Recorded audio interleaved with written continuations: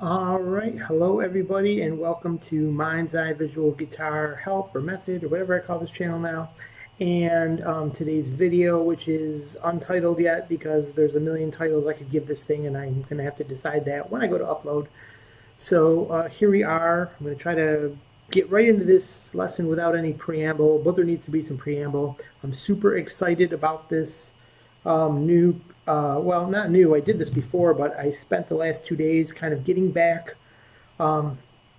into it. I had to figure out everything out again, and I've got it, everything, 99% of what I need. I can see myself in the camera here while I also have this grid up and have the cursor viewable, which was the last little feat that we had to do. And the last little thing that I'll eventually have to do is get a quiet mouse so we don't have the clicks going on while I'm trying to teach, but that's a little kind of minor thing. So I'm super excited to be here. I hope you are too, because this, not only do we have this great format that I'm super excited to start teaching with, but I've got a super impactful lesson today for geared toward mostly people who have been through my channel and understand the fretboard and mode concepts and things we've gone over, but I don't think you'll totally need that to get what we're saying today.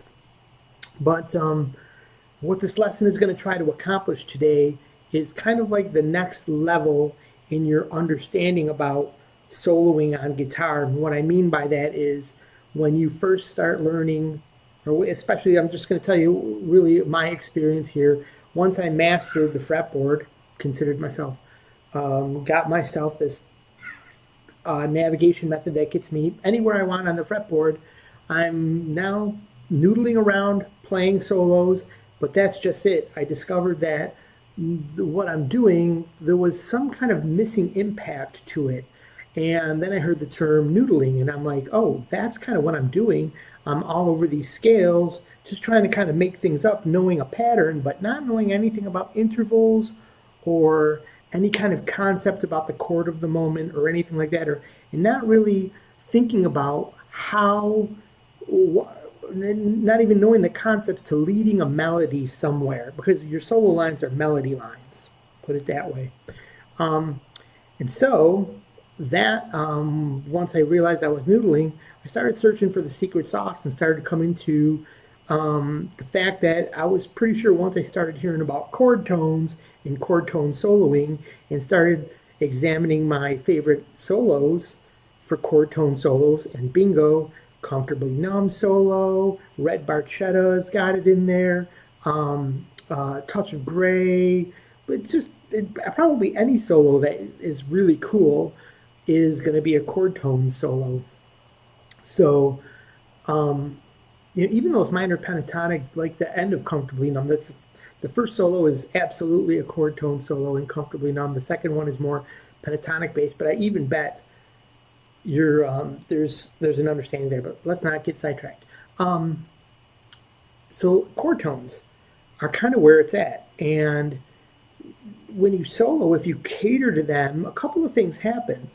Your melody lines start making sense, especially you start hitting them, what you can consider those magic notes over the chords that you, when you hear Eric Johnson playing, you hear those notes that you're like, wow, like how did he, what did that know? Where did that come from?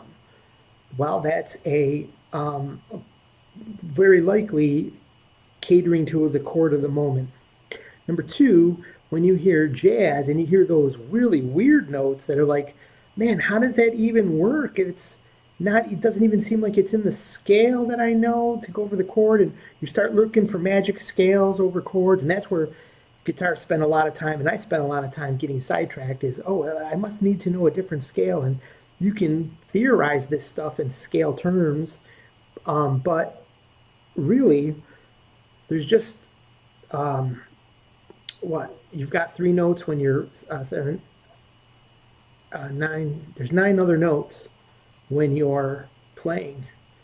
If you start to cater to chord tones, if you're not catering to chord tones, let's start with that, and you're just noodling on the fretboard, then let's say you're noodling in a scale like this here, this yellow pattern here, which is part of a pattern of the major scale. All these white notes in the middle definitely sound like wrong notes. So you start to get this concept that there's wrong notes. And then you hear this jazz player will say, oh, actually, there's no such thing as wrong notes, just what you do with that note. And you don't know what that means. And here's the secret sauce to that. If you're catering to chord tones, then you can, this is what we're going to go over today, where you start to organize the tones that are in this scale there's chord tones, there is the tensions, and then these become the super tensions. Or you can use these, you think of these as like real extreme colors or color splashes that you can use in your solo, and they start becoming definitely more usable. You start hearing why they're not avoid notes. If you're thinking about chord tones, your lines begin leading to the chord tones, and if you're leading to a chord tone, you can definitely add in these for certain moments, extra flavor, extra color, especially if things start to get a little boring, because that's another kind of concept that when people learn this chord tone stuff, they don't really get into, if they kind of stop at the beginning because they get bored because they're thinking, oh, okay, these are all I'm going to show you all the chord tones, how they're all, you can handle every chord from the major key in this one pattern. And you can do this with any pattern, but this is like the best pattern to do it with. I'm going to show you today. And when you do that, it's great. And then after a couple bits of playing with it, you say, well, okay, but this is like kind of somewhat basic, and there still seems like there's more. And that's where people will get kind of like go now, go down another road and still keep searching, where everything is right here. These the chord tones are there, and you can cater to them. I kind of I'm sure I'm going to watch this video. I'll go back and I'll realize the point I was trying to make. But anyways, so that's it for a preamble. Let's kind of get into it then. You kind of know what we're going to do. As a matter of fact, I got another little bullet point here of exactly what can we do with today's lesson. These are the goals. So, like I said, in the key that you're in, you can play any chord, and you can start figuring out where to add in these, I guess, the melody lines. Well, this is going back to the point I said I forgot. The melody lines can get boring if you just play the 1, 3, 5 every time. So when you start to organize what tones will do what, and you can start making phrases based on two things, based on where you are in the solo. Like in the beginning, maybe you want to just have a little basic thing. If I was playing like 4 bars of bass, in like especially in something like jazz, but let's say I had like 4 bars before the chord was going to change. I got time to make 2 phrases, 2 8-bar phrases. 2 4-bar phrases or longer. I might obviously cater to my chord tones, but use some easier steps in the beginning. Then maybe in the middle bars, I might try some of the more tense steps, which I'm going to show you. And then I might even add in one of the grace over one of the super tensions, is what we'll call it. Like a white note would be a super tension. And then go back to my chord tones to create the interest that might be lacking at first. You just got to get daring. You got to start, then you got to start. But I think you'll hear it. I think once you start to go, oh, okay, and at the moment where it's like, oh, okay, I get this, but maybe this is a little bit basic, that's where you start to push yourself and explore those other tones and listen to what you're doing. Now, there's 2 other ingredients that have to go with this that are kind of outside of our realm today, and that is the rhythm. And I guess, well, we mentioned the phrasing. That's what we're talking about here, but it's the rhythm. You want to, these super tensions are going to definitely be something that you grace over on the rhythms, and you don't land on them. You don't land on them on a hard beat. That's where they start to sound like something went wrong. It did sound like maybe a wrong note. But if you're traveling to hit a chord tone on a beat, you can almost grab any of these notes. That's where this people will tell you, the jazzer says, I'm free to play anything on the fretboard. I don't know what you're talking about. And the secret sauce they're hiding is because they know the chord tones that they're aiming for, because you can get that good at it. And so the second thing is, how do you get so good at knowing all those chord tones? I mean, this fretboard is so vast, and there seems to be chord tones like the 1 and 3 and the 5 are going to be here and here and here and here, depending on the chord. Visual, that's where we are here with a visual. To me, you can learn a whole bunch of theory, like some other guys on the internet that go crazy with theory and leave everyone in the dust and don't know why the beginners are getting frustrated. Is because you can skip all that with visual learning, right? And let the theory understand come later, because if you can get it, if you can do it and make music first, then it's fun. Maybe I'll change it to Marco's Music First channel. I don't know. Because that's a big concept here. So you can grab all the keys, all the chords in one key. I keep on pointing to the screen, and then you guys aren't going to see that. So you can get all the chords in one key right with this little method here. And you're starting to look at these numbers here, and if you're piecing it together, we're going to get to that in a half second if I can stop the preamble. Then, if you want to move to a different keys, you can consider taking this shape and toggling it down. Very commonly, toggling it down a whole step is real common to grab a whole bunch of other chords that really fit right in. The key might move, a whole step in either direction is real common, but if you move it down, you can really make it do something cool. As a matter of fact, I could even write, maybe someday I'll write down at the top here where if I move it down 1, it'll share 2 notes, it'll share 5 notes, 4 notes, 3 notes, 6 notes, 2 notes, on and on and on. So don't worry about that. So that being said, so that's the ability to move and get either keys from other chords from other keys. That'll kind of be a byproduct of today's lesson. Then the ability to easily add in a really cool concept for every chord.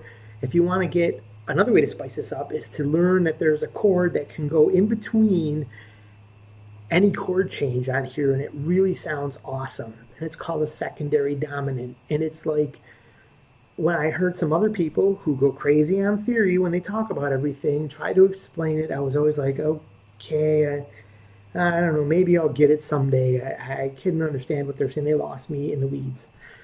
And then all of a sudden, Brandon Dion, he does a lot of YouTube shorts. I want to give him some credit here because he's the one that finally made it click for me, because he made it easy. His name is Brandon, D-E-O-N. I think he uses an apostrophe on the D, but you can just look up Brandon Dion. He does all those music. You've probably seen him because he goes, just leave at the end and quit the cigarettes and all that stuff. If you haven't seen it, when you do see him, it'll make sense and it'll be funny because he's a funny guy. But he finally made it easy for me, and so I'm going to show you how we will interpret it in our visual way here. It's so easy, and I mean, just here, I'll get into the lesson here. Listen to this. I'm going to hit a chord here. That's a G major chord with a C shape. All these concepts will be coming up in a second. Let's go to the D minor. Not a bad change. It works because they're both in the key.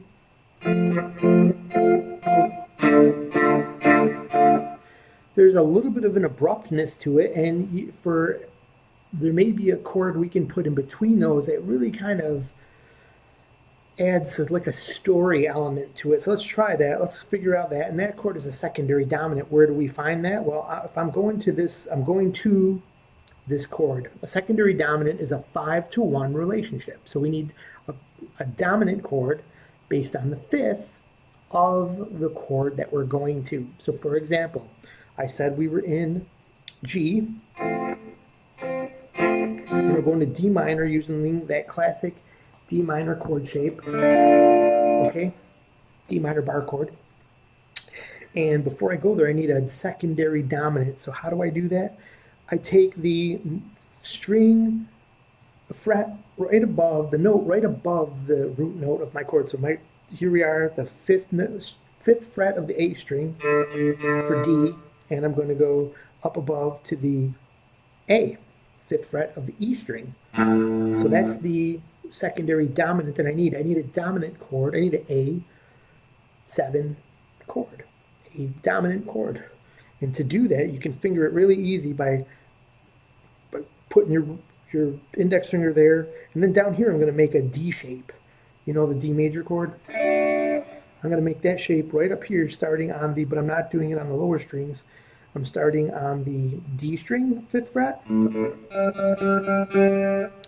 the G string at the 6th fret, and the B string at the 5th fret. So, now that doesn't sound like it would fit, but listen to this.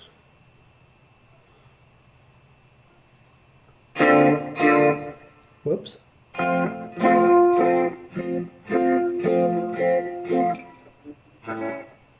Let me try my pick. All right.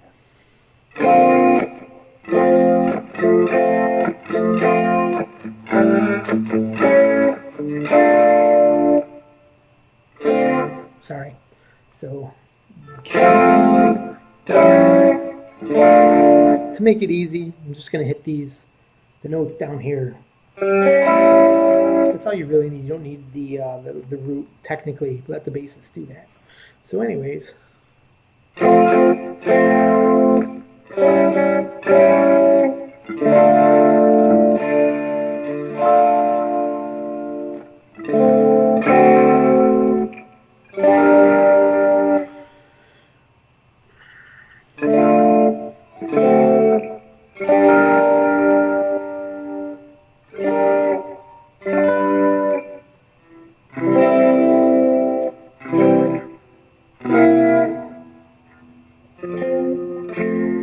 I don't know why, since I turned on this lesson, I'm kind of sitting uncomfortably in a chair, so my ability to fret this guitar is limited here.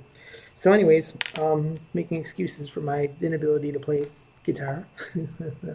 But so there is the secondary dominance that I basically just explained, and understanding melody, which we just went over. So let's get into this here. So what's the secret sauce here? Well, the secret sauce is this. Here's the pattern, the shape we want. This starts on the 3rd note of the major scale. So if you want to know, oh, and the ability to play do this in any key. This is the magic of this. So we're going to know, real simple, all the chords, the 1, and see these numbers right? I'm pointing at the screen again. See these numbers right here? The 1, the 5, the 4, the 2, the 6. These are the Nashville numbers. And so if someone says, hey, well, we're playing the 2 chord. Yeah, we're in the key G, but we're playing the 2. Okay, it's right here. And then I'm going to show you the fingerings for this. There's, oh, we're playing the 6. We're playing the 3. We're playing the 4. We're playing the 1. We're playing the 5. This is a 1, 4, 5. Those are going to be your chords right here. This is a 6, 2, 3. This is a 2, 5, 1. All right there. And you don't have to use these fingerings. You can use little bits of them. You can use little triad shapes down on the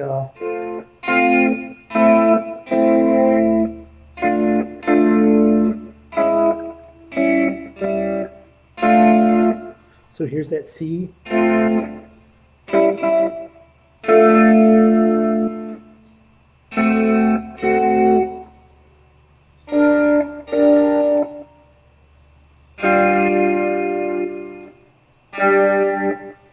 Anyways, so yeah, there's that. And so if you want to know, like, move this to any key, this one is the important one here. I could have even shaded that green, but I didn't. As a matter of fact, let me do that now. Let's do it. So we're going to make that a green. Whoops. And we're going to make this one green. I'm going to leave that not green. Well, yeah, I'm going to leave it green for this guy here. All right. Okay. So, yeah, that would be your 1. So if we wanted this in G, we would move this up to the G note on the A string, right? Or you can count back from at the very top of the scale, or I guess we'll say bottom for the sonically the bottom. We're here, 3rd fret of the E string is G, E, F, G. We know that, right? All right, so we are.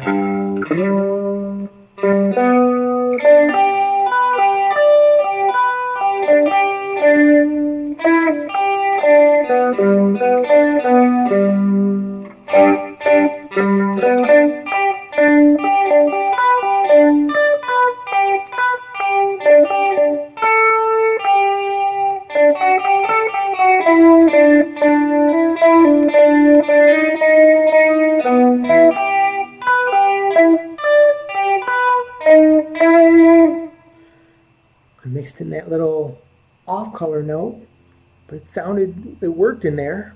That was a void note, quote unquote, right? That worked because I was treating it as a 5, the magic sauce of the 5 chord, to go to this melody. That melody was based on the 6 chord. How did I know all that? Let's go over it real quick. So we need to know these chord shapes. Now, where do these chord shapes come from? Well, let's consider this shape back down here. This would be all the open strings, right? So E, F, G, and this one would be down at the C. So we're playing we wouldn't know where this one is because it'll be way off our scale, our fretboard here. So this was what we want to know is the C. And that's why we call that the C shape, because something went out of tune, but it's these chords come from the very first chords that you ever learn. That's one thing that blew me away about this, that this lesson I'm teaching you slapped me in the face like a few weeks ago when I kind of went over it and figured it all out because of something else I saw. But I'm gonna not go too far on tangents like I always do. And I just couldn't believe. I'm like, oh my God, these are like all the open chords that I always knew, and it's totally making like a new revelation. And I went by these for 30 years. And perhaps in the beginning, my guitar teacher was trying to tell me this, but I really don't think he did. He just taught me these, and we went on to a bunch of cumbersome things that I just left behind for the minor pentatonic scale and playing over, learning all my favorite classic rock solos, and then not knowing anything about theory. So here we go. And what made those solos tick? The C shape, C chord. We want to know that chord.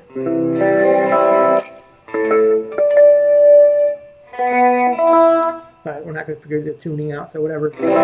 Now we want the F chord. We want to know F major. It's our 4 chord, and I can even think of it as the cowboy bar chord here, because those are all the notes in this shape, in that chord. But all we need for our explanation here today is this little F chord shape that you learned down here. Sorry, we're gonna have to silence the lambs here. I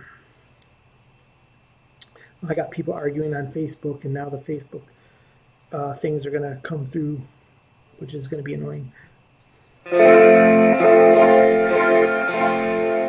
So the G chord.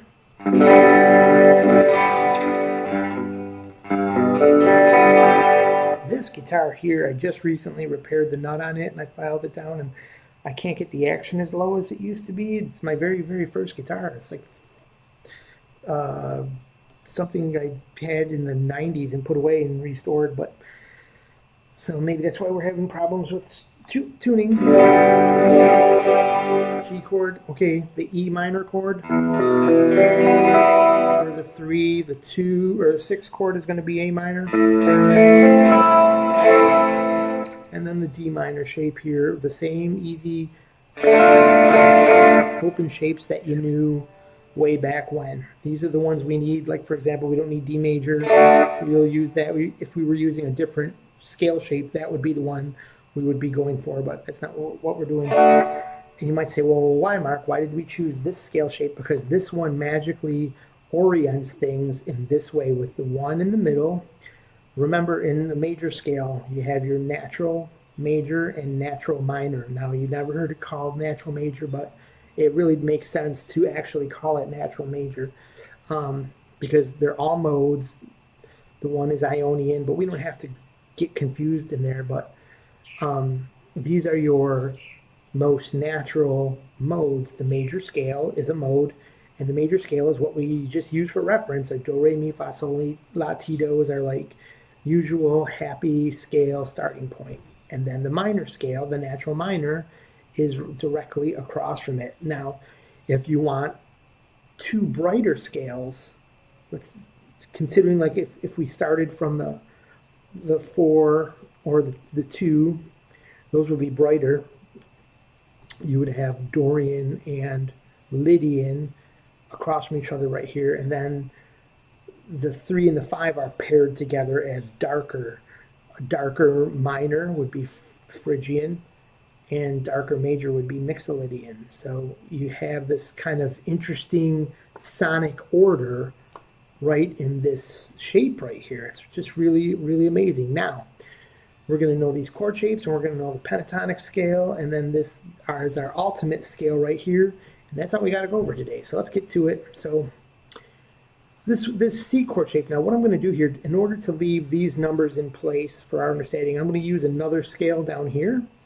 And I don't think I have, it should be not a plus sign, it should be a, somehow I lost my cursor here, so we want line color, we got the right line color, we got the right line style. All right, so draw a border. All right, so we're gonna go here, here, there, there. I gotta basically draw this. We want to draw this scale shape right down here for our teaching today. Boom, bam, boom, bam, boom, bam. Oh, yeah.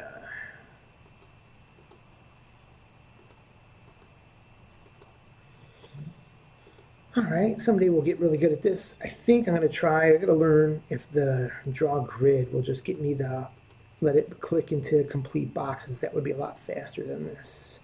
So that being said, here we go. We've got our scale. Let's yellow it up. Old yeller. So we're going to go like this. Oh, I got to be over here, and I'm going to go like this. Yep.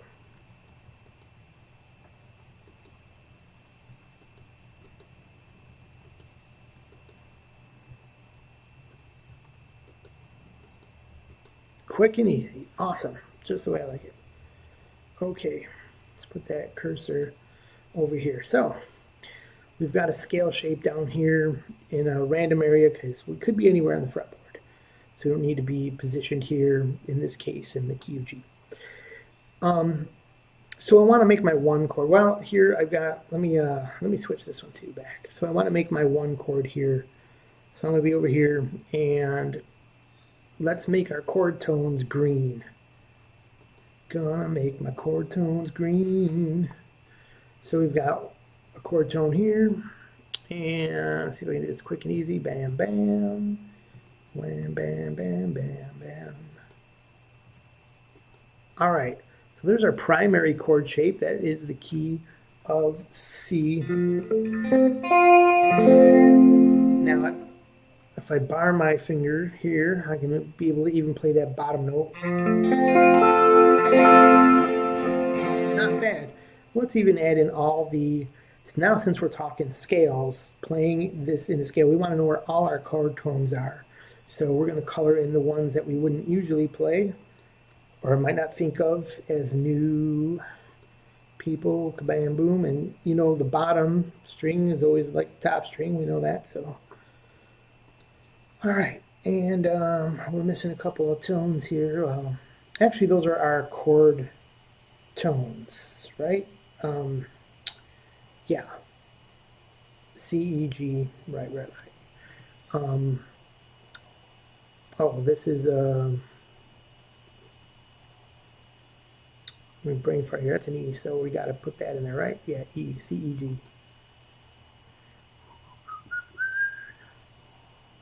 Okay. So what you have here are your chord tones and your scale tones. So um, if you were to be playing, these are the steps and the um, what do you call it? And the chord tones.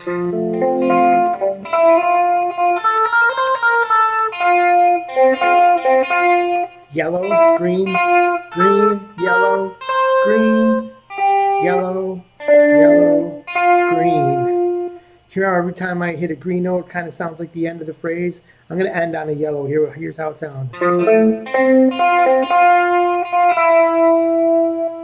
Kind of sounds like I'm still want to.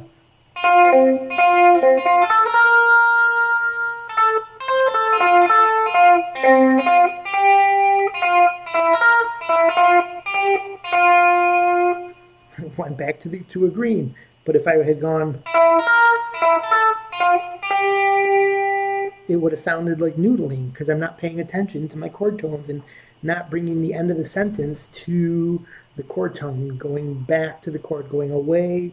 Music is all about being home, going away, coming back home in every sense of the word. When you're making chord progressions, you're home, you're away, you're home. When you're making melody lines, you're home, you're away, you're home. So where's home? It's the chord of the moment. So if that G chord was playing, whoops.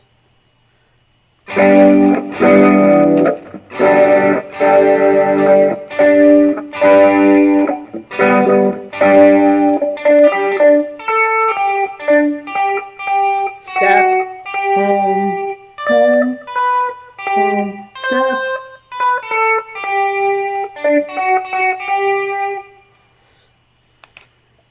So in a basic sense, you could really just know that.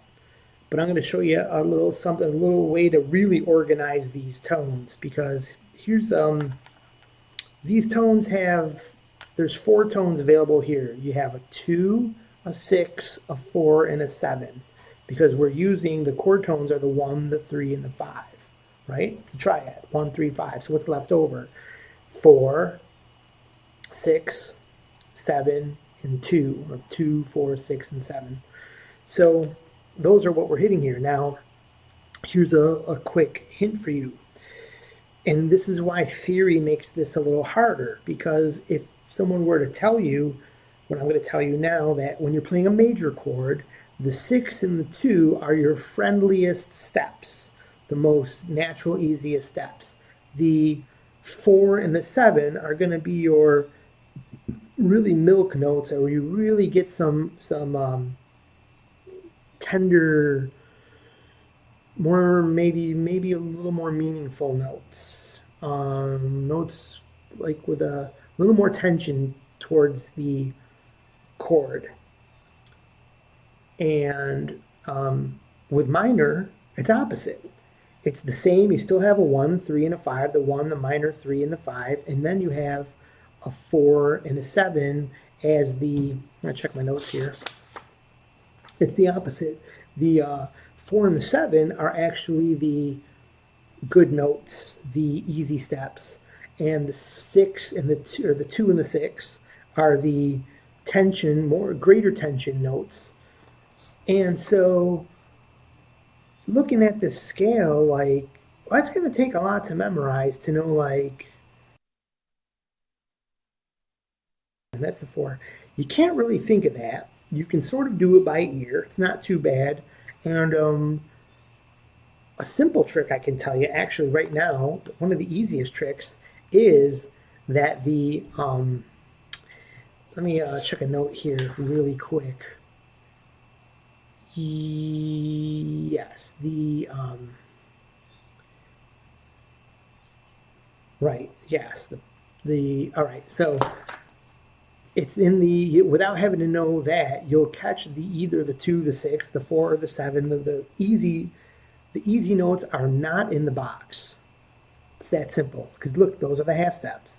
The half steps have a greater tension to them than this one here is not a half step. There's two notes outside the box, and that would be this note and this note are both outside the box. And oh, wait a minute here, something went wrong.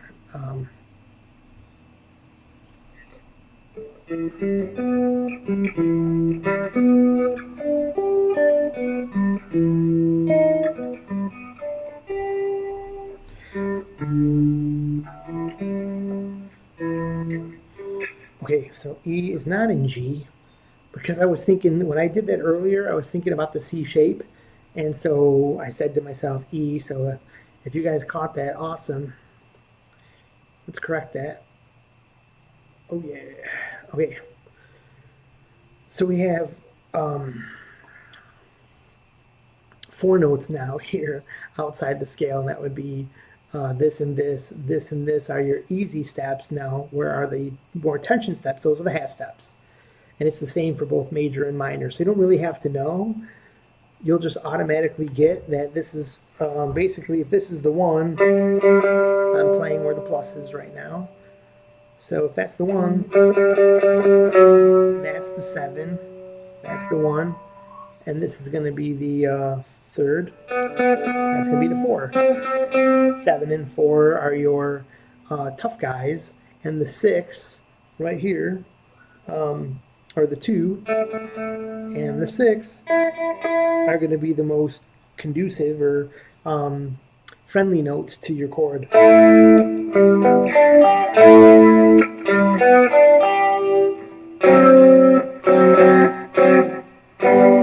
Hear how these two, this 4 and the 7 together, actually create a pull toward the chord.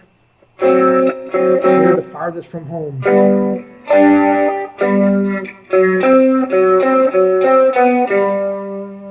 So at the end of your line, you might consider being in the square before you hit one of your 2 greatest home notes, or the 5 is there too, as a good home note. As a matter of fact, I kind of lately, I have, I feel like the 3rd doesn't resolve, but I haven't, can't tell you everything about every piece of music you'll ever try to be involved in.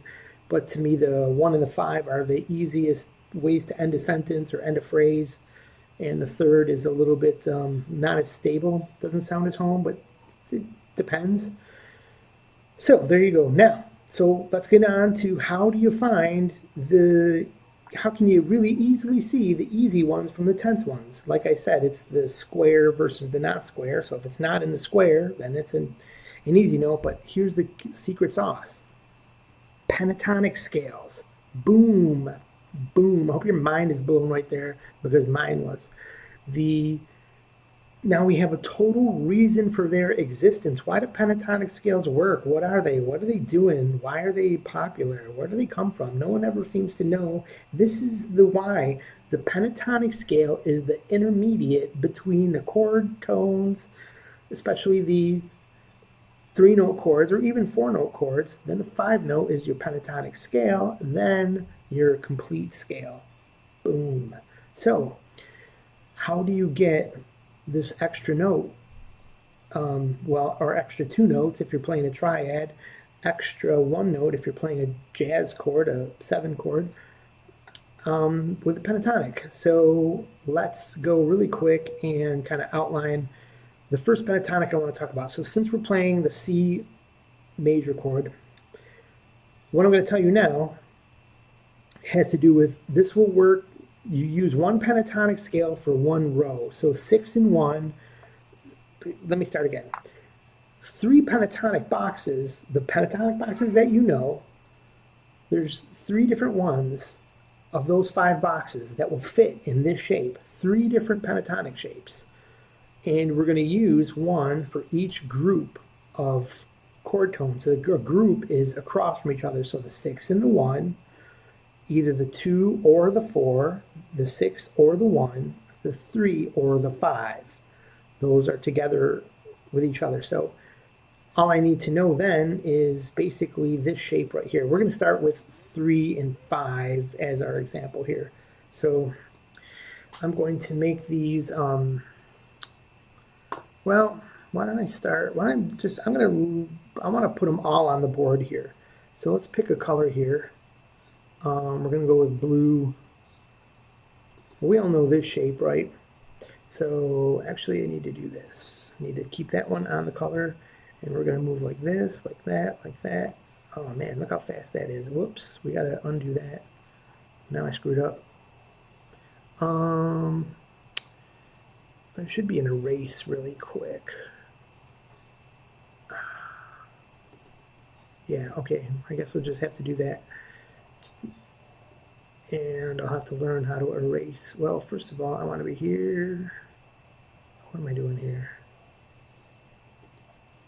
Okay, let's get back to where we need to be. Back in the USSR. Alright, don't do that again. Alright. Cool. Y'all know that scale shape, right? Something screwed up happened there, but alright, we're going to keep that as is. Why don't I do this? Because that shit will bug me. Alright. That's what I should have done. Okay. Duh. Anyways, my friends, I'm so sorry.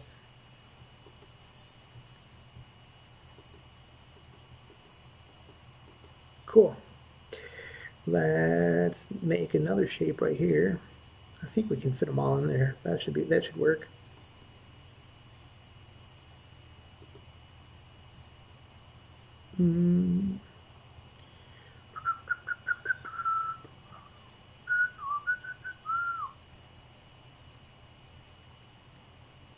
What am I doing here? Okay, I know what I'm doing.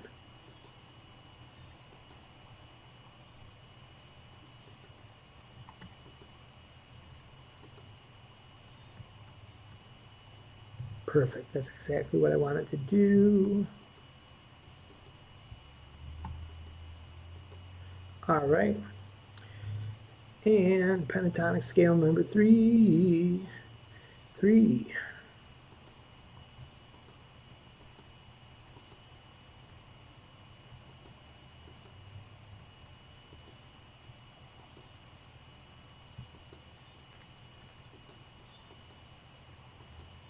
All right, so we know these shapes. They're easy to know. Covering this area of the fretboard from frets 7 to 10.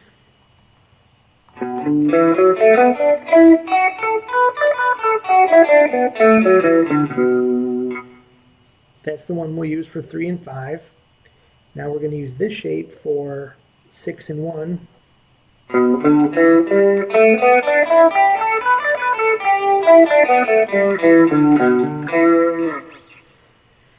And then we're going to use this one, this shape here as well. Fits in there just fine. And it's...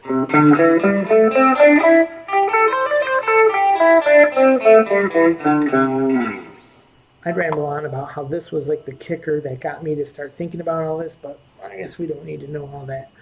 But it was just so fascinating. It was such like it was a big boom eye opener for me. Incidentally, about these 3 scale shapes, these look like 3 different shapes, but they're actually the same thing, and this is what it's doing. If you consider this shape, break these pentatonics into 2 separate groups. This group that has the notes with an empty square in the middle is the best way I can describe it there. So the 3 frets apart, and then the square that's 2 frets apart has a stack of 3 on top of each other.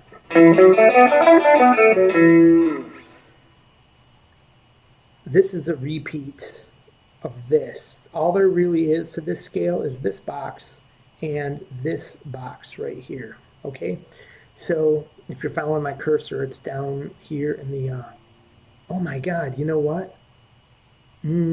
Glad I have this window open because I created a scale and you guys are going, what the hell are you doing? Because you can't see that scale. And it really sucks because that was a they were in an order together. So sorry, folks. Let me show you what I'm talking about here. This is a standard pentatonic box, anyways. You probably understood. So sorry. We'll just get that whipped up here as fast as we can. Whoa. Okay, so there we are. That's what we were talking about.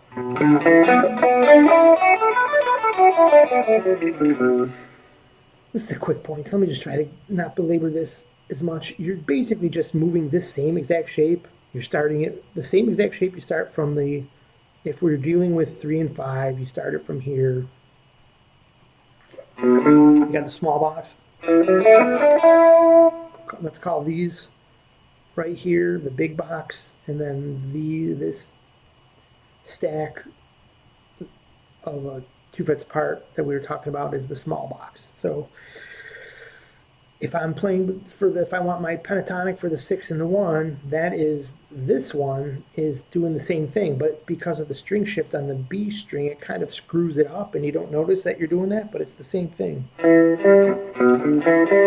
Now I got my small box.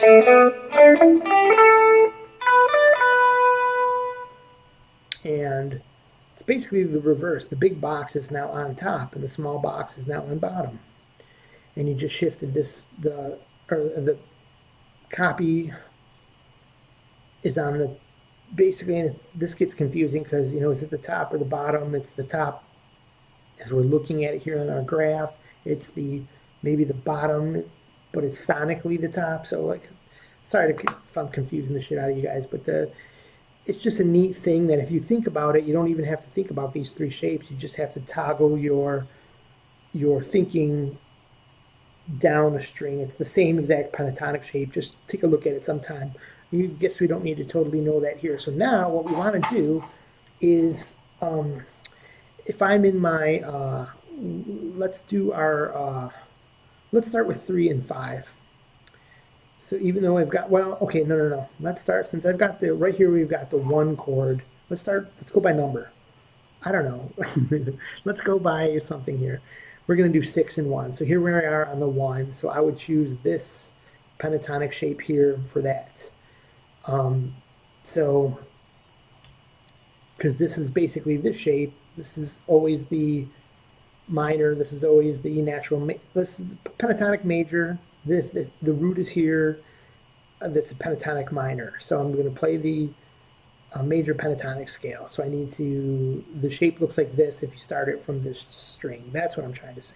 So that being said, we're going to keep our green notes green, and we're going to highlight the missing blue notes are going to now get filled in. So that would be this note here is going to be a blue note. Oh yeah.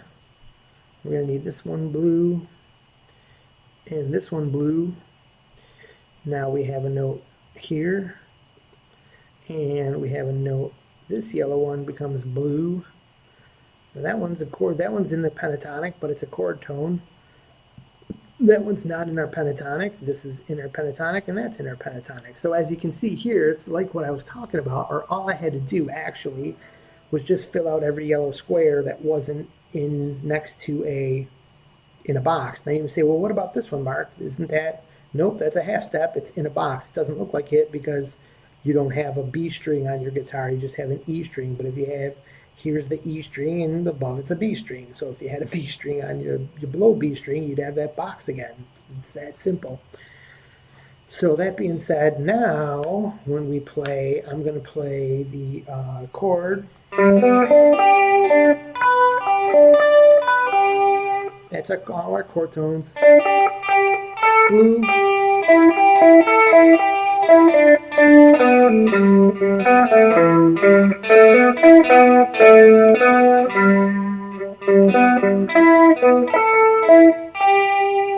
You see, they go away. I'm just playing the pentatonic. They go away. I'm playing the pentatonic and catering back to, always coming back to a chord tone, thinking about, and I'm not even really visually doing it as much as I'm just trying to hear it as well. So I want blue, green, green, green, blue, green, green, green, blue, green.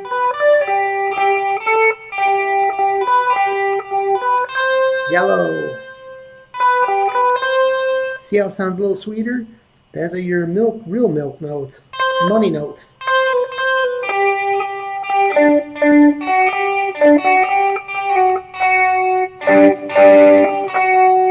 See if I'm playing that chord.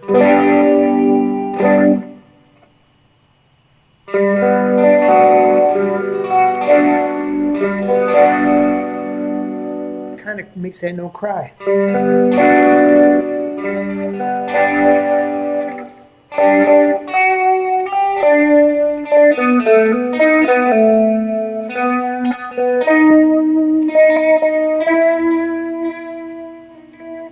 So I was playing that white note there is working good, because let's figure out what it is. That is a 6 going to a 7.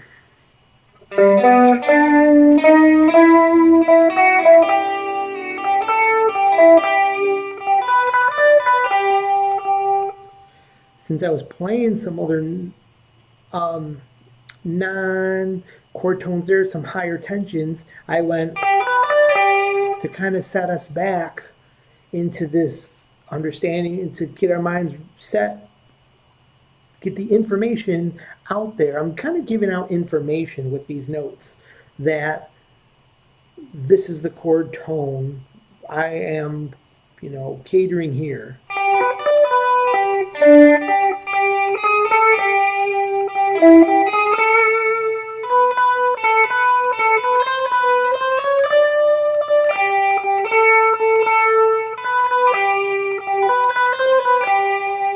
See what I did there?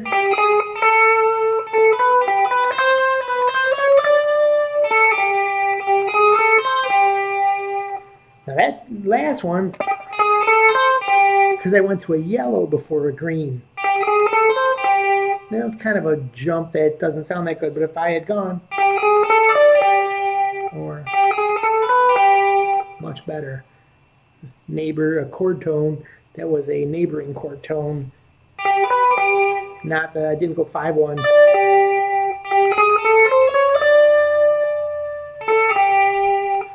That sounded good too, because I went from the yellow, stepped up to the green,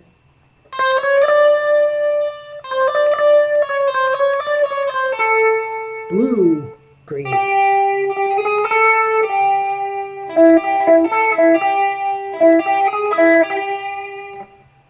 And I did a little green, white, blue as a little experiment there. It wasn't too bad. I'm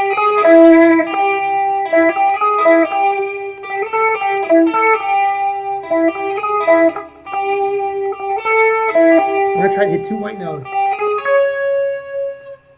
2 whites together don't do it, and it sounds like you hit a wrong note.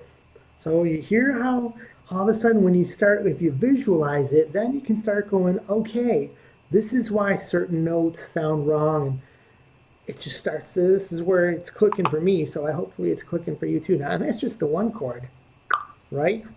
So this, just incidentally here, I'm going to use a different color here to show this. If I were to hit the dominant 7th chord, I don't need to put this right there. If I were to hit the dominant 7th chord, why is it doing that? Okay. And we're going to go here and here and here, because I want to go to my next chord, which is going to start at this. It's going to be the minor chord. So we're going to do the 6th chord, which uses that. What's our 6th chord here? It's E in the key of G. The 6 is E. When I want to get there with my line, I'm going to use, notice this red note here. This is going to kind of be the one that works the most because it's a white note or a super tension that's not in the scale. So if I go,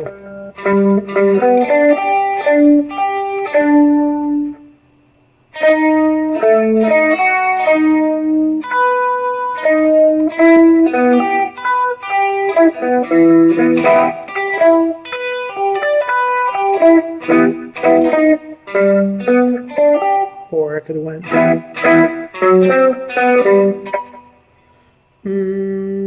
I could have done that, but anyways, let me show you that one more time. I'm in catering to C. Gonna use that.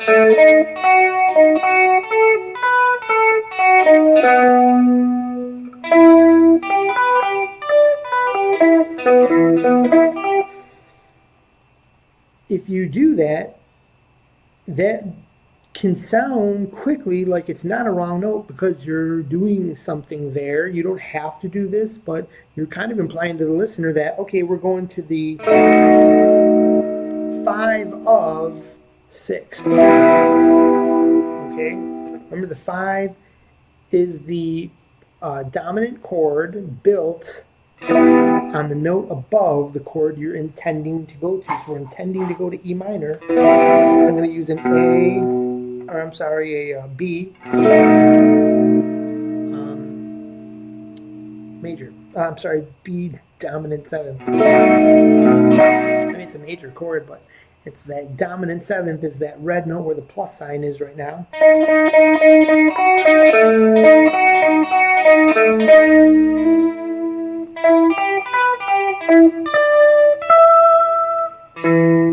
That was the root.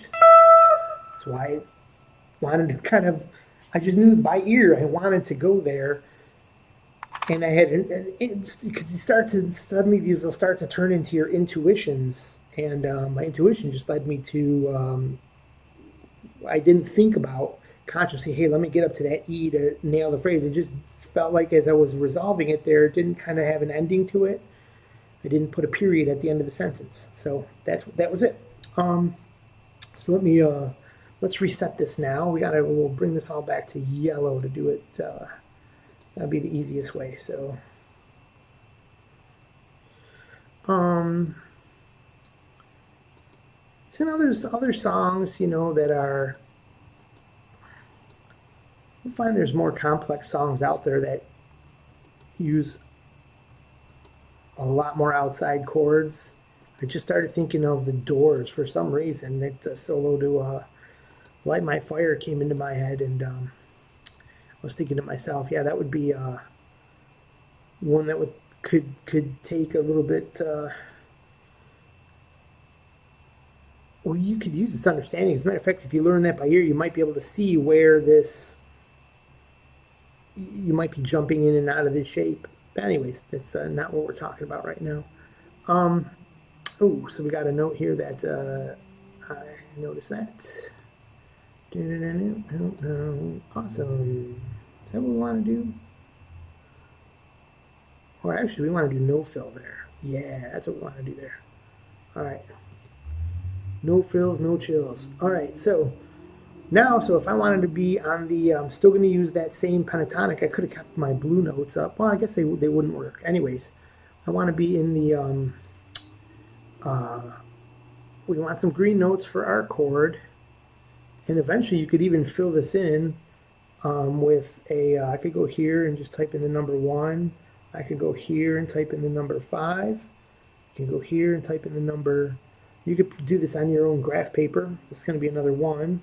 Then we've got the flat third and the 5. 1, flat 3, 5. So let's color those in now as green Lamborghinis. Yes, this is what gets you the Lamborghinis, the green notes. Ha ha ha ha. See what I did there? All right, so we want that same pentatonic scale again, so let's fill it in with some blue notes here. And yeah, that'll work actually, right where we just did there. A blue note. What did I just do? Something went weird. I don't know why it went up there, but all right, so let's go here and go here and go blue, blue. Anything that's in our scale, that's in our scale. That one is not, that one is not. Boom, boom, boom, boom, boom, boom. Had a very booming boom, and if you ever boom there. Sorry, that was really dumb. So actually now that's a 5, so that's technically a green box right there. And this guy actually is technically All right, so as you can see, we didn't really have to think about it. Our box notes are yellow. The super tensions are in the box. And the rest of the pentatonic is the easy steps. So I can play my, this is why minor pentatonic is used so commonly over minor chords as well. So if I'm,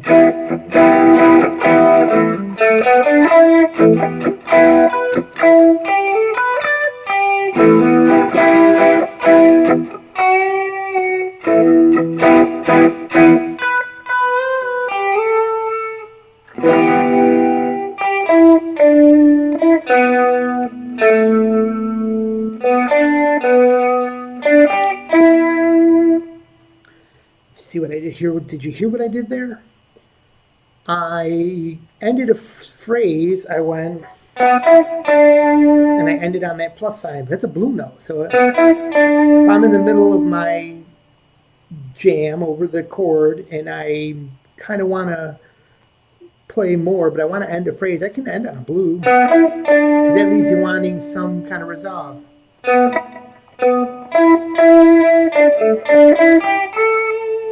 Still unresolved, resolved, unresolved, green. I wish I could highlight those as I was jamming. That would really be cool, but we don't have the technology for that. So I went, to there. Then I went there.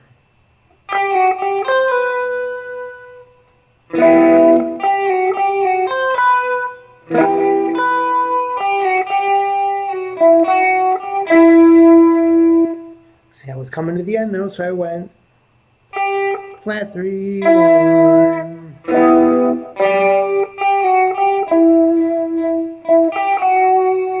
3, 2, 3, 1, 2, 7.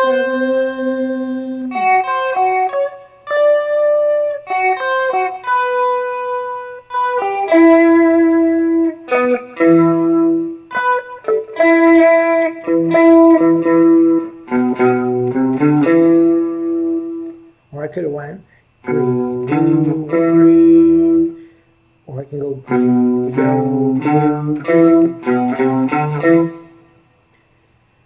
Now let's try the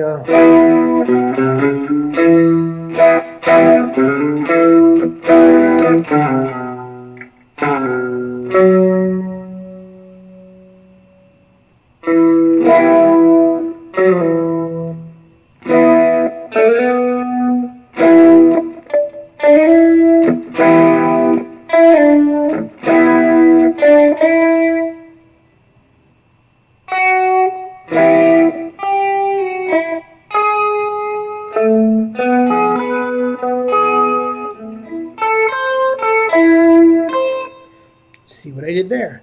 I added this one in because this is going to be the keynote for the turning that minor chord I was playing on, A minor, into E dominant 7. Well, as a technical, no. It would be this one.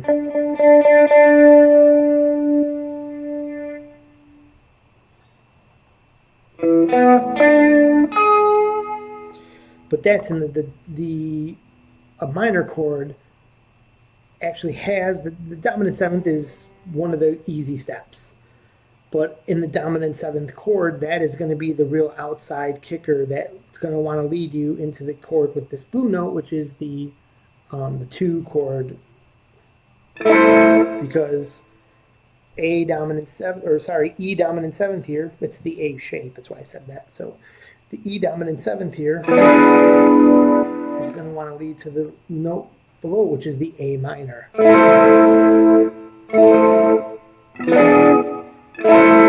Let's hear it as a chord. They work together because they're in the same scale, but there's a little bit of a jump there. Let's hear an intermediate step chord, which is going to be the, I always forget this, secondary dominant, which just means the 5 chord, that we're just going to turn this minor into a 5 chord. Pretty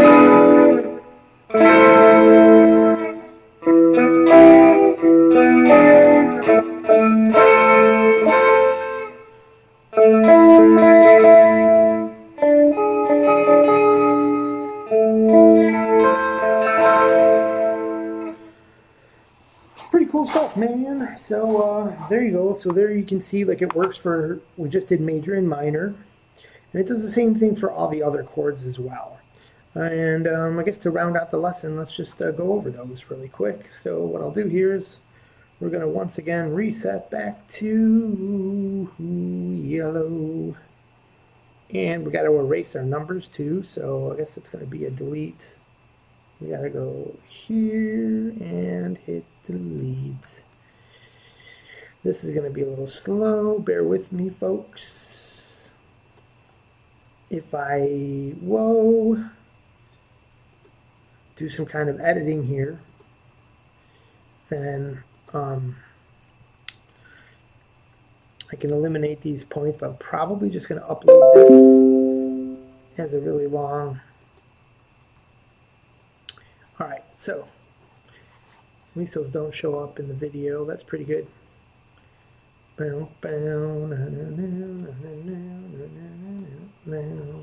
Okay, yellow. Yellow is there. Kabam, kabam, kabam, bam, bam, bam.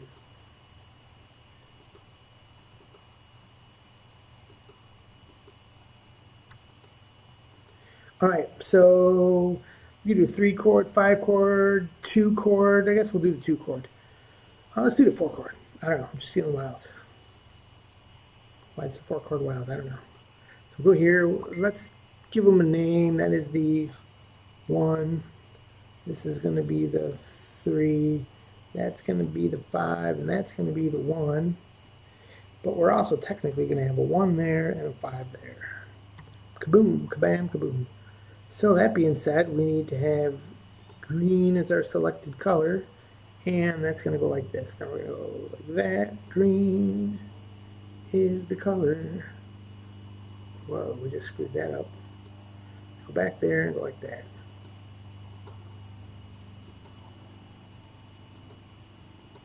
All right, so there's your chord tones, and we now, you want to write them so you know which, what chord tone you're resolving to. I'm resolving to the 1.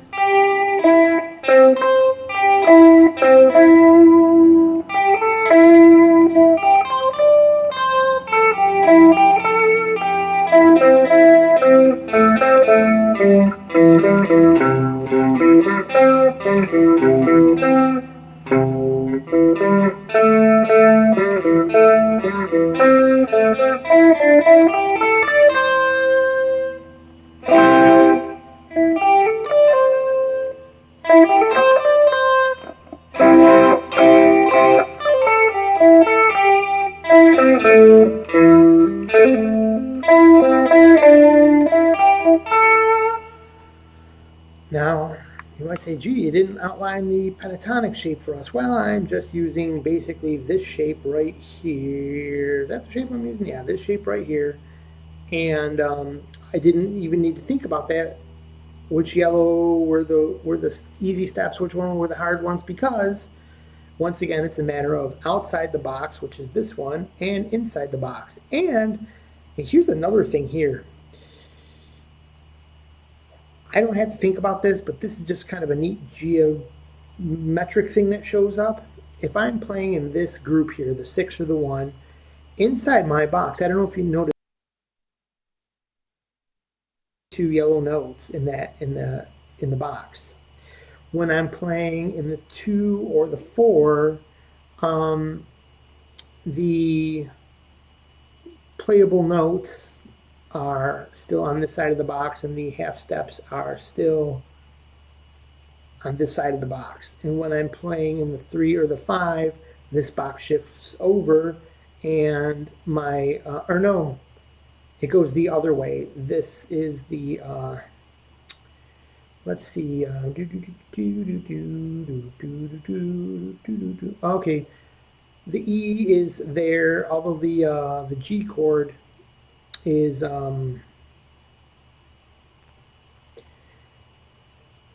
let's see. Yeah, I guess. Well, no, the G chord does the opposites. That's why that's the dominant chord. It uses that tritone interval. So that is the what's going on there. Anyways, back to brass tacks here. So I'll outline that pentatonic shape for you, which is here. And we're going to use blue again. And all right, so we got a green there. Whoa, how do we get over there? So basically, all I gotta do is this one is outside the box, this one is outside the box, and this one is outside the box. This one outside the box, outside the box. Boom.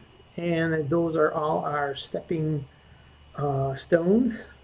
So green and blue are our safe notes, green being the resolved tones that you're thinking about, and blue are the stepping stones. So if I was playing that, and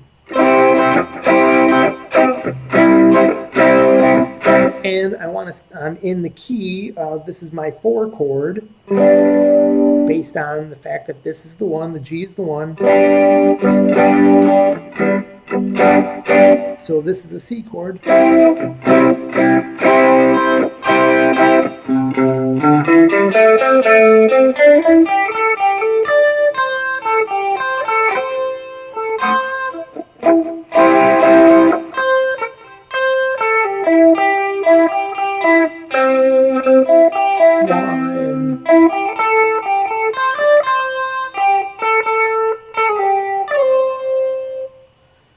Gracing a white note from a blue to a green, 5. From a blue on the top string there. 3 to blue, let's hear that sound. That wants to resolve to what? Let's start on a white and go to a blue.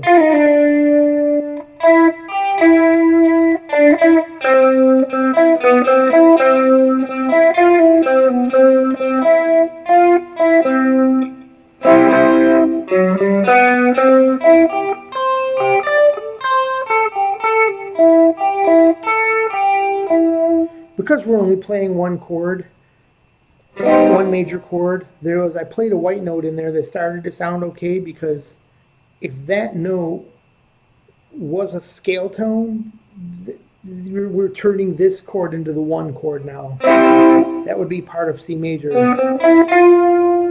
If I played this as the 7, 1, 3, 4.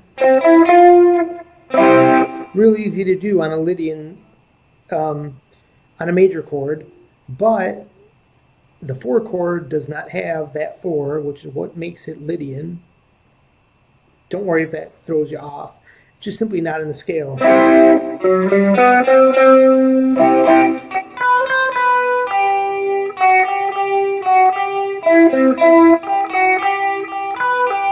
It's that right there.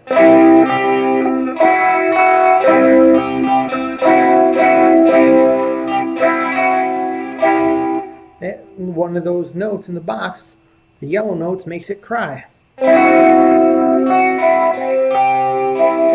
Nice. Tension. Resolve.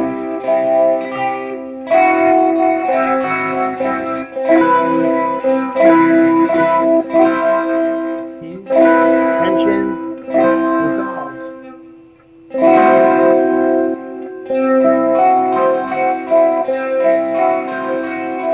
Why does that work and sound creepy? Because it comes from this scale and you're playing the 4. You're exemplifying that that's the 4 chord by playing the odd note in the scale that results from starting on the 4th note of a major scale. And we're playing the 4th chord, playing it as a chord, so it's all 4 Lydian.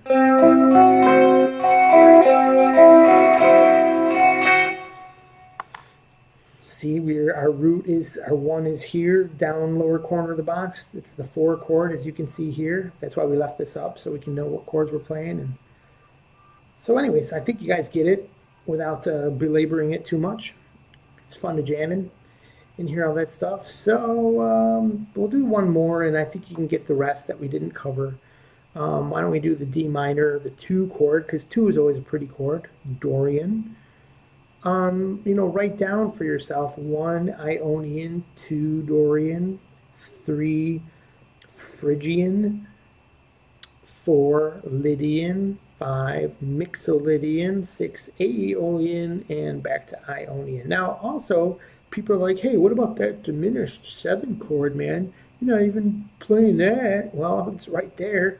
Yeah, there's your root to it is on the outside of the box, so, and you can always use that to go to the 1, 2, but really it's the dominant, using a dominant, the flat 5 is really very similar to doing this.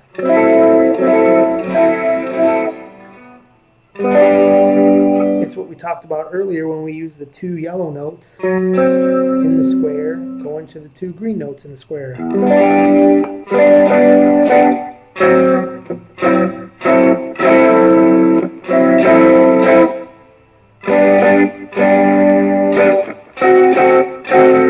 Hear the similarity? You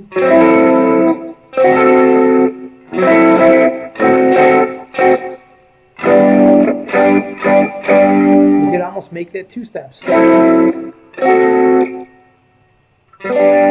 Just as an experiment here, let's hear how that works. Say we wanted to go back to this, the 6th chord here. We're doing a dominant first. If we did a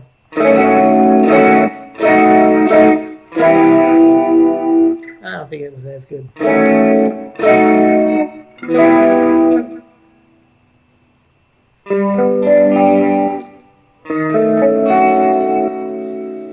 Nah, that doesn't sound, because there's no real rule. There's no rule I've ever heard of, even though they're related. That's not the rule, and of course it doesn't sound like the rule, right? From that chord,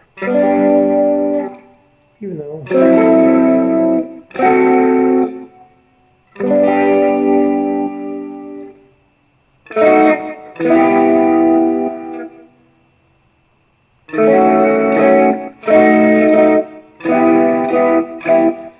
It can work, but not coming from the C. But the secondary dominant, I always forget the name of that when I'm in the middle of rambling. The secondary dominant will work from C. It'll work from any chord. So that being said, here's that 2. Let's get our thing reset here and go like this. Come on, oh yeah.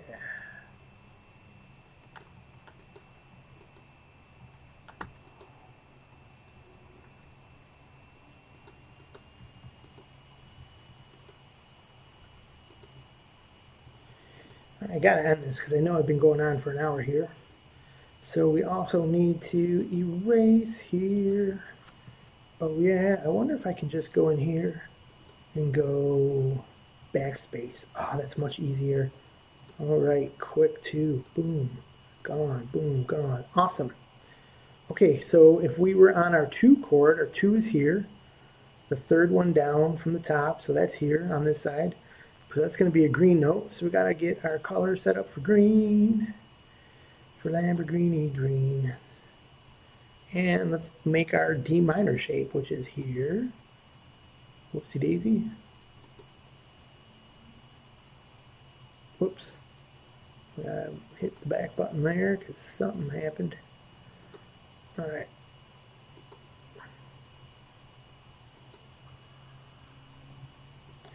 Okay, I screwed up there, but I'm going to change that to blue anyways.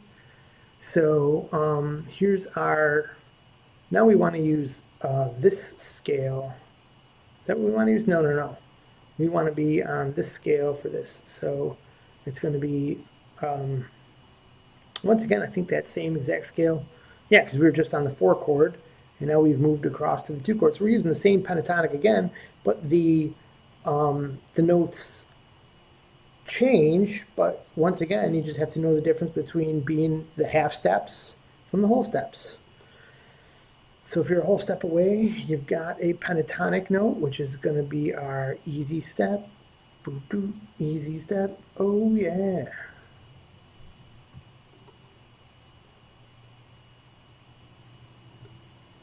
And then let's go right to the top here and go like this.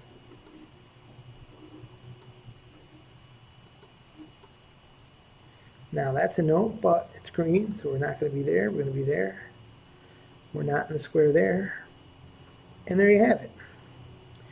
And because we're minor, that is actually a green Lamborghini note. Come on now.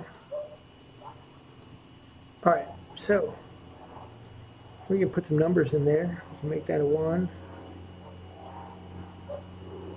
Flat third. And flat third.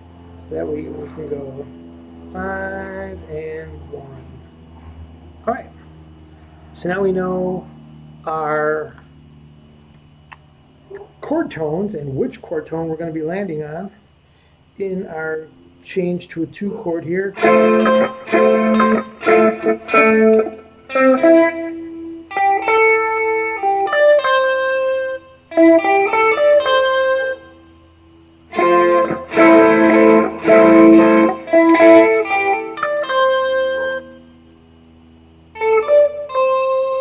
So I ended the phrase on a flat third.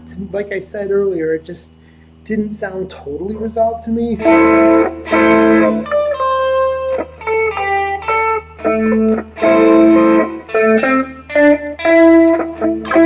I went 1, 3, blue, 5, 5, blue, 1.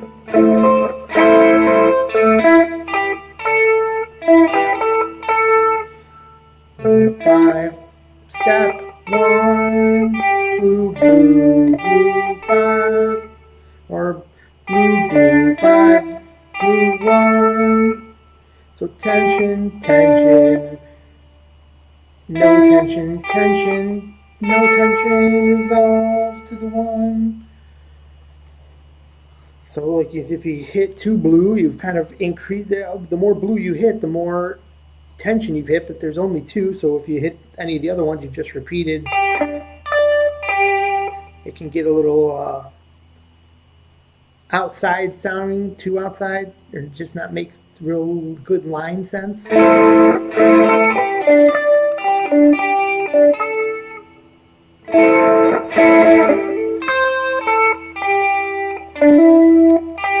Or actually, 1 flat third, 1 blue square to the 5.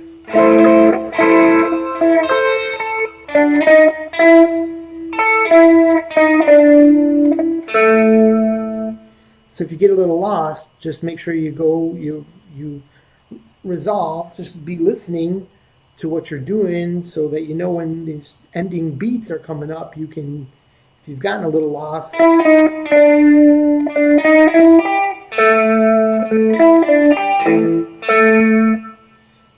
5 blue, blue.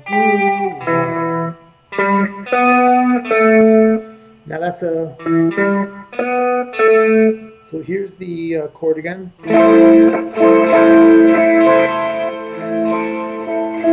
7.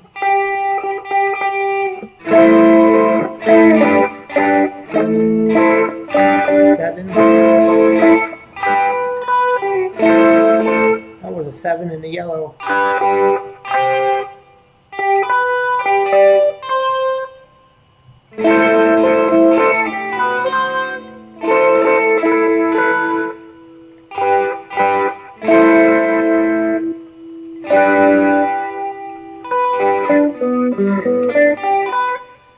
There I was insinuating the 1 chord.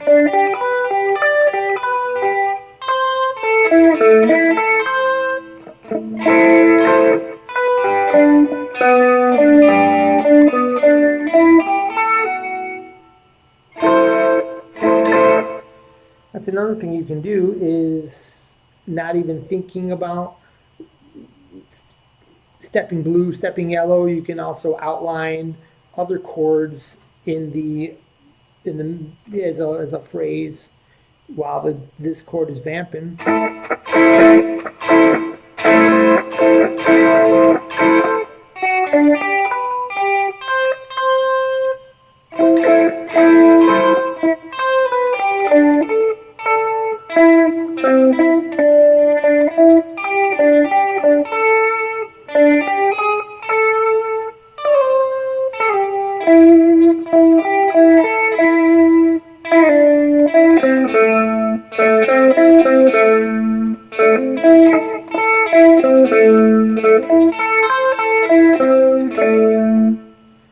See, when I ended there, I put the flat third on a strong beat. Wasn't as great as if I had thought better and went.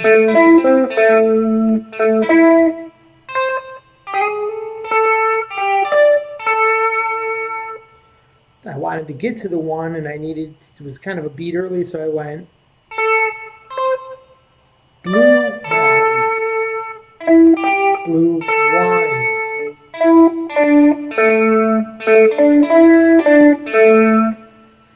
That blue above the one sounds great to resolve to the one. And you can hear in minor pentatonic why they always bend the 5 up.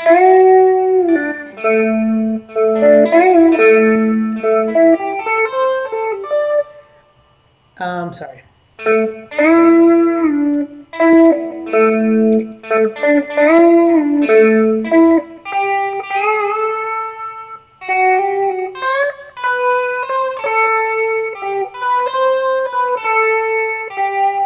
Began playing with the yellow note there, and it didn't want to resolve, so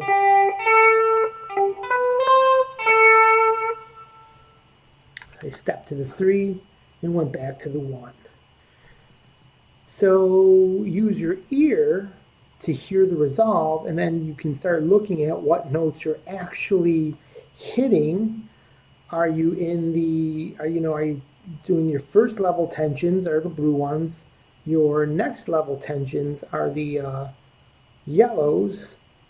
Your half step tensions, you can call them that, or your whole step tensions are the blue ones. Your half step tensions, good names, whatever way you want to call them. And then I call these the super tensions, your white notes there. 5 white notes. Why 5 white notes? Because those are the 5 black keys on the keyboard. If you were like in the key of C, you can sort of think of them like you can call them black notes or something. So that wraps up the lesson. Yeah, I could show you the same thing with the 3 and the 5, but it's the same thing. The square, the notes in the square, your half steps, those are your real milk and honey notes. But you better be careful with them. Like you wouldn't drink milk with every meal. Some people do, I guess. You wouldn't put honey on every meal. But on the right meals, it's going to taste real good, right? Even though I don't eat honey because I don't try to limit your sugar.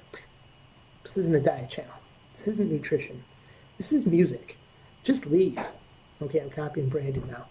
But speaking of leaving, we got to leave now. So I think we'll use that to wrap up the lesson. I hope you enjoyed. And I think this was informative enough and interesting enough to where I don't feel as guilty doing an hour-long lesson, even though I know that like when I'm scrolling Facebook now, I look at the time, I'm like, oh yeah, hour. I don't got time for that. Let me get the 15-minute lesson one because I want to hear someone say something quick to me. So that is a detriment. But maybe I'll try to make a short video that shows this and reel some people in. All right, thank you for watching. Like at the minimum, okay? If you thought this was cool, give it a thumbs up. Awesome. If you like it, you know what we would really love? If you are not a subscriber and you hit the subscribe note, because we are so close to our first goal. I mean, there's people celebrating like we're looking for 10,000 subscribers. I made 100,000. I haven't even ever made 1,000 subscribers. I'm 130 something people short, or 150, whatever, short of that number. So let's try to get this channel over 1,000 subscribers. So yeah, and we'll go from there. Thank you for watching, and that's today's lesson. So I don't know, help me name it. What do we call this lesson? It's going to be like pentatonic, I don't know, the same as the one I did the other day without the graph explanation. So all right, folks, have a good day. See you later. I gotta try to find the stop button here, which is here and here, and here we go. I'm out. Bye.